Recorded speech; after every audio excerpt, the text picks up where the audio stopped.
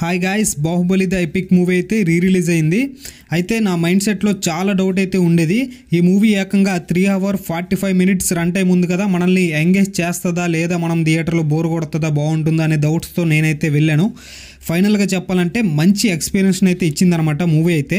ఏదైతే బాహుబలి పార్ట్ 1 అయితే 2 hours 38 minutes అయితే ఉంటుంది, అండ్ సెకండ్ పార్ట్ అయితే 2 hours 47 minutes అయితే ఉంటుంది. ఆ రెండింట్లోని చాలా వరకు చాలా ట్రిమ్ చేసి 3 hours 45 minutesగా కన్వర్ట్ చేశారు. మెయిన్గా తమన్నా పోర్షన్స్ అయితే చాలా లేవు అనమాట. అలానే కిచ్చ సుదీప్ గారి సీన్స్ కూడా చాలా లేపేశారు. చాలా సాంగ్స్ కూడా లేవు. మెయిన్గా కన్నా నిదురించరా, పచ్చ బొట్టేసిన అండ్ మనోహరి ఇటువంటి ఐటమ్ సాంగ్స్ మొత్తం లేపేశారు. ఒక 4-5 సాంగ్స్ తీసేశారు అనుకుంటా నాకు తెలిసి.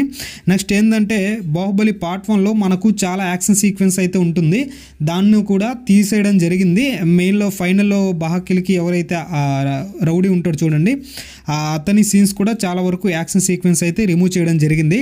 అండ్ ఓవరాల్గా చూసుకున్నట్లయితే మంచి ఫ్రెష్ కాన్సెప్ట్ మనం చూసిన విధంగా అయితే ఉంటుంది. ఎందుకంటే దీంట్లో రాజమౌళి గారి వాయిస్ ఓవర్ కూడా ఇవ్వడం జరిగింది. మధ్య మధ్యలో మనకు ఏవైతే రొమాంటిక్ సీన్స్, కన్వర్జేషన్స్ ఉంటాయో వాటన్నింటినీ రాజమౌళి గారు వాయిస్ ఓవర్తోనే రన్ చేసేయడం జరిగింది. ఎందుకంటే ఎవరైతే ఆడియన్స్ ఉంటారో వాళ్ళకైతే ఆ సీన్స్ మొత్తం చూస్తే బోర్ కొడుతుందని, ఎందుకంటే ఏకంగా 3 hours 45 minutes ఉంది కాబట్టి. అండ్ ఈ మూవీకి అయితే ప్రీసేల్లోనే 10 crores అయితే వచ్చిందనమాట. అండ్ మీరు ఎవరైనా బాహుబలి 1 and 2ని అప్పుడు థియేటర్లో రిలీజ్ అయినప్పుడు మీరు థియేటర్స్లో చూడలేకపోయినట్లయితే ఇప్పుడు వెళ్ళి చూడండి. ఒక ఫ్రెష్ వైబ్ అయితే వస్తుందన్నమాట. మీరు ఏదైతే రిలీజ్ చేసిన మూవీ అయితే చూసిన ఫీలింగ్ అయితే రాదు. ఒక ఫ్రెష్ మూవీ, న్యూ మూవీ చూసిన ఫీలింగ్ అయితే వస్తుంది.